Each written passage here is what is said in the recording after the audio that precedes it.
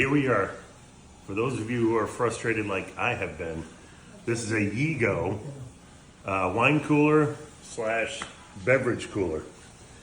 We're switching the doors, turn the doors from one side to the other. Now we're trying to replace the handles. People question how to get these metal screws out of here, the plugs, if you will. What it essentially is, and you can't see this, is it's a screw that has a flat head that you have to go from the inside and loosen it. So turn it clockwise in order to loosen it. You have to go through the back of the door to loosen it, as seen here.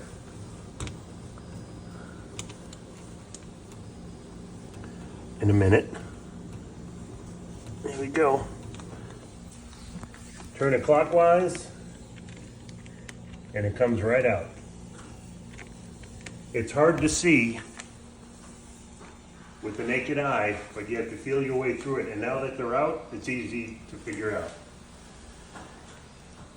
And now we just move these caps to the other side, put the handle on this side, and we're done. Hopefully that helps those frustrated people with the Yeego cooler.